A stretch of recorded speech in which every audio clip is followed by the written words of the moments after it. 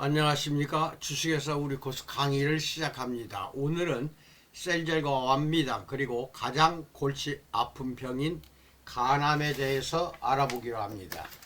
이것을 먼저 설명하기 전에 항상 강조 말씀 드리는데요. 정식 박사학위를 걸어놓고 사업하는 것과 학위가 없이 고객들을 만나서 상담하는 것은 상당한 차이가 있습니다. 박사학위가 있다고 하면 고객은 믿고 안심하며 여러분의 상담을 믿어줍니다. 그리고 여러분이 하자는 대로 합니다. 그래서 합동연합학술로 석박사 과정을 반드시 등록해서 여러분이 박사 과정을 마치시기 바랍니다. 미국 LA에 있는 퓨리턴 대학교의 부활의학과, 이것은 인천에서 제가 직접 가르치고 있습니다. 여기 이제 010-6304-2175로 상담 전화를 주시면 자세히 제가 안내해 드리겠습니다. 구독과 알림 설정은 반드시 해주시고 좋아요는 그때그때 영상 도달할 때마다 눌러주시면 감사하겠습니다. 우리 고수는 35년 됐습니다.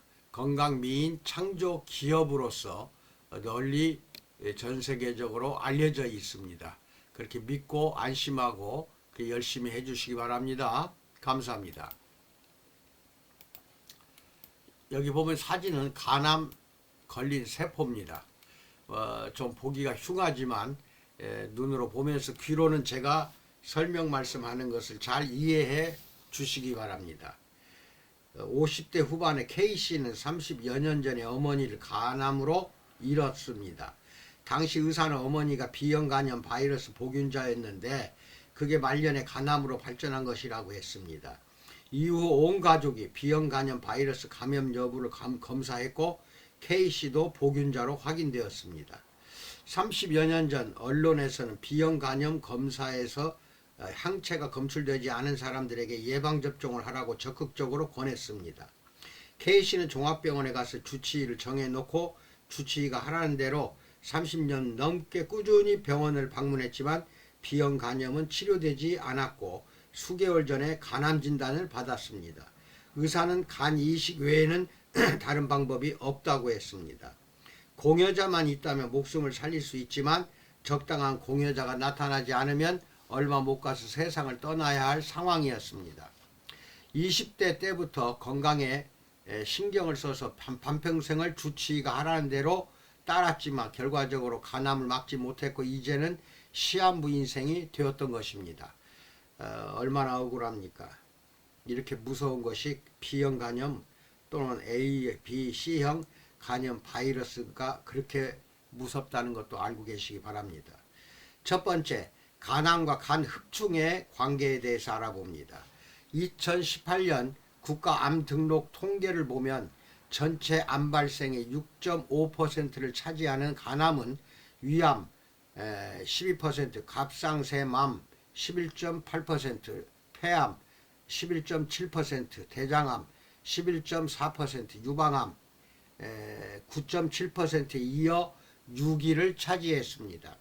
10년 정도를 두고 암 발생 빈도를 살펴볼 때 위암, 대장암, 간암, 자궁경부암은 줄어드는 반면 갑상샘암, 폐암, 유방암, 전립선암은 늘어나고 있습니다.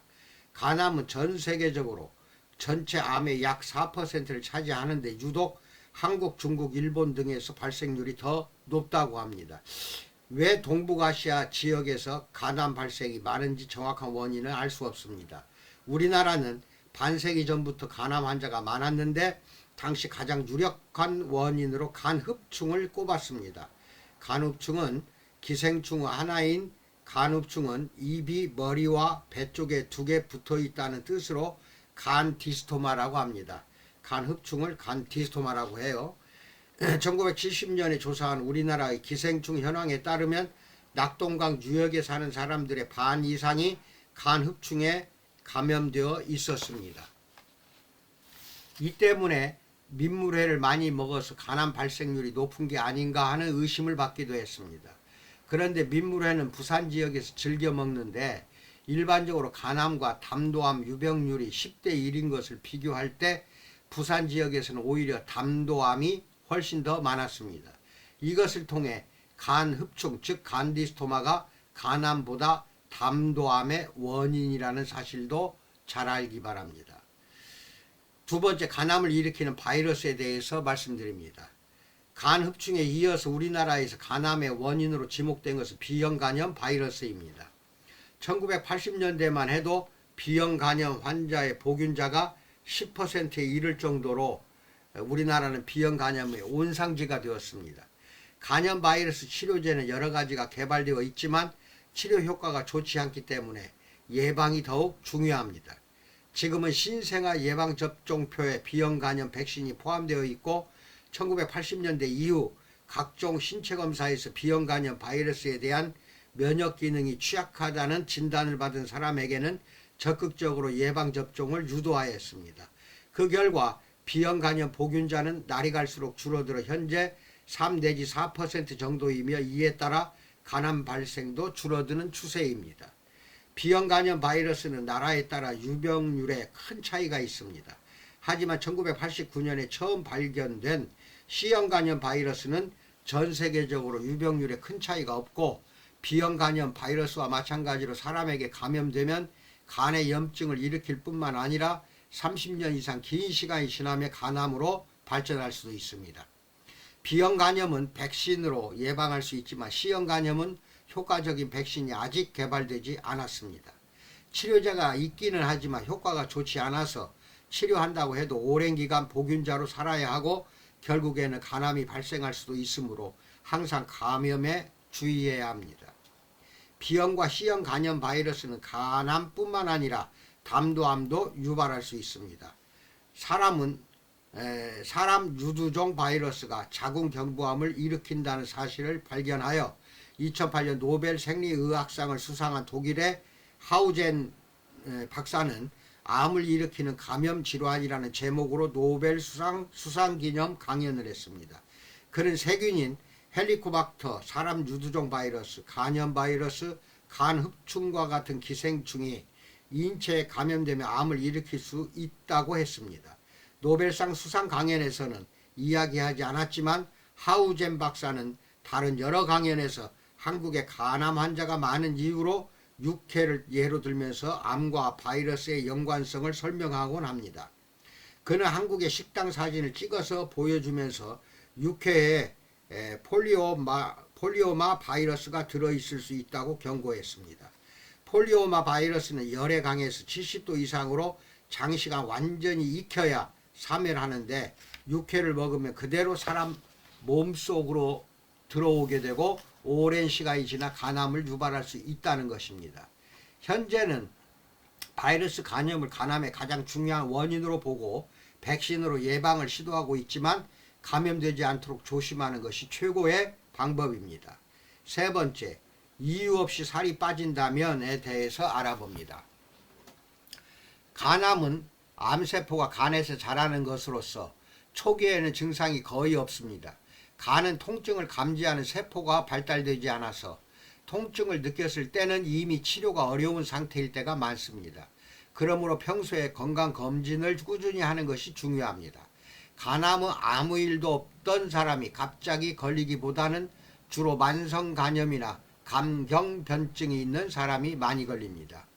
초기에는 증상이 없거나 통증, 피로감, 체중 감소 등의 평범한 증상이 많으며 이후 병이 많이 진행된 후에야 황달이나 복수 등의 증상이 나타납니다. 배의 오른쪽 위의 통증이 있거나 원인을 알 수 없는 상태로 6개월에 10% 이상 체중이 감소할 때 또는 피로가 심해질 때는 빨리 전문의의 검진을 통해 간암 여부를 확인하는 것이 좋습니다. 간암 진단은 초음파 영상으로 간 표면에 비정상 조직이 있는지를 확인하거나 컴퓨터 단층 촬영을 통해 종괴를 발견하기도 합니다. 또한 뱃속 태아 때 많이 생산되거나 되다가 생후 18개월이 지나면 정상 수준으로 감소하는 알파 태아 단백질은 간암에 걸렸을 때 눈에 띄게 증가하므로 피검사를 통해서도 진단할 수가 있습니다. 영상과 피검사로 간암 여부를 판별하기 어려울 때는 간세포 조직검사를 통해서 확인할 수 있습니다. 간암 치료는 암세포를 수술로 잘라내거나 암세포로 가는 혈관을 막아서 암세포를 고사시키는 방법이 있습니다. 간 이식을 하거나 고주파 열 또는 알코올을 통해 암세포를 죽이는 방법도 있습니다. 그러나 흔히 사용하는 치료법은 항암제나 방사선 치료인데 간암에서는 그 효과가 크지 않습니다. 그래도 다행인 것은 간암 치료법이 발전하여 최근 5년 생존율이 50%를 넘고 있으며 치료법도 계속 발전하고 있는 중입니다. 여기까지는 학계의 이야기를 내가 말씀드렸고, 지금부터는 간암 환자가 병원 치료 받으면서 보조제로 활용할 수 있는 것이 셀제라고 완미단입니다. 이것은 치료제가 아닙니다. 몇 번 내가 여러 번 강조하지만 치료제가 아니라 보조제로 생각하시고 제 설명을 잘 들으시기 바랍니다. 설명하기 전에 먼저 이 간암에 대해서 말씀드리겠습니다. 이 사진들이 이렇게 누렇게 보이는 부분들이 암덩어리입니다. 그리고 여기에는 이 화살표가 두 군데가 있죠. 이게 암조직입니다. 암조직으로 이렇게 발생하고 있다는 것을 나타낸다는 것도 잘 보시기 바라며, 이 사진은 이미 밴드에다가 다 올려놨으니까 참고하시기 바랍니다. 간암에 걸렸다고 진단이 나오면 병원 치료 받으면서 보조적으로 셀제를 간은 이 오른쪽 배에서 윗배에서 왼쪽까지 걸쳐서 아주 큽니다. 간이. 그래서 이 복부 위 상복부입니다. 상복부를 셀제를 두툼하게 바르세요. 바르시고 약간 마사지 한 다음에 키친타올을 붙여놓고 낮에는 아침과 오전과 오후에는 두세 시간 간격으로 키친타올을 띄어내고 물수건으로 닦아낸 다음에 다시 셀제를 또 바릅니다. 이렇게 두세 시간 간격으로 계속 하루 종일 하다가 저녁에는 잘 때 듬뿍 바르세요. 위에다가 간 부분에. 그리고 키친타올을 붙이고 주무시는 겁니다. 잠잘 때 셀젤의 유효 성분이 가장 많이 들어갑니다. 그리고 이제 아침에 일어나면 다시 또 씻어내고 또 셀젤을 두세 시간 간격 하루 종일 그렇게 해야 됩니다. 이렇게 해서 3개월 지나서 또 진단을 받아보시고 6개월, 9개월 이렇게 병원에는 이제 치료를 받으러 자주 가실 테니까 그 진단 결과를 보시기 바랍니다. 그리고 동시에 같이 꼭 해주셔야 됩니다. 그게 완미당이라는 식품입니다. 뭔 식품이 뭐 암 환자에게 좋겠냐? 암을 치료하는 식품이 아니라 식품 속에는 이미 동서양 의학적으로 검증이 된 항암버섯인 상황버섯, 영지버섯, 차가버섯 등등이 포함해서 38가지의 약용식물이 들어가 있습니다. 그렇게 많은 38가지가 이렇게 버섯 종류로부터 가장 많이 들어갔으니까 버섯이, 이것은 암의 억제율이 이미 검증이 된 것들입니다. 그러니까 간암이 됐든 여러 가지 몸에 최대 발생하는 모든 암 종류에는 완미당은 필수적으로 처음에는 하루에 4번 마시기 바랍니다. 한 포가 100g입니다. 그래서 하루에 4번이니까요. 아침, 점심, 저녁 식전에 드시고 잘 때 하나 더 드시고 주무시기 바랍니다. 그렇게 하루 4번씩 한 3개월 해보시고 병원에 가서 진단 받아보시고 좋아진다면은 하루에 3번으로 줄이고 그 다음에 또 좋아지면은 2번 그리고 1번 이렇게 줄이는데 일반적으로 약 1년 이상을 복용하는 것이 원칙입니다. 동시에 그렇게 하면서 여러 가지로 여러분에게 부탁드리고 싶은 말씀이 있는데 완치시키는 것은 아니라는 겁니다. 그런 말씀을 하지 마시고 상담하시기 바랍니다. 보조제로 사용해 보라고 암 환자에게 권해보는데 주로 암 환자들은 말을 안 듣습니다. 병원 의사가 아무것도 먹지 못하게 하기 때문에 먹으려고 하질 않아요. 여러분 말 안 들어요. 그래서 박사학위가 필요한 것입니다. 그래서 그리고 또 하나는 여러분의 말을 잘 믿지 않는 데다가 마지막에 이제 병원에서도 포기할 때가 있습니다. 죽기 한 두세 달 남겨놓고 오는 경우가 많아요. 저한테 상담 오는 사람들은 다 병원에서 포기한 사람들입니다. 그래서 전신으로 번졌다든지 암이 그리고 더 악화돼 가지고 도저히 포기한 환자들은 마지막 방법이라고 이야기를 꼭 하시고 방금 말한 대로 셀젤 2시간 3시간 간격 바르고 완미당을 판매해서 구입해서 그 사람들이 복용을 4포씩 먹도록 그렇게 나중에 좋아지면 3포 이런 식으로 1년간을 끌어가야 됩니다. 그렇게 하시고 나서 개선되거나 좋아진 경우가 나오면 나한테 꼭 전화를 주시기 바랍니다. 여기까지 말씀드렸습니다. 코로나가 지금 더욱더 극성을 부리니까 마스크 착용, 방역수칙 잘 지키는 거, 이것은 위드 코로나가 시작됐다 해도 우리는 그렇게 해서는 안 됩니다. 포기하지 마시고 마스크 끼고 그렇게 생활하시기 바랍니다. 건강하시고 업소가 더욱더 발전하시기를 축원드립니다. 감사합니다.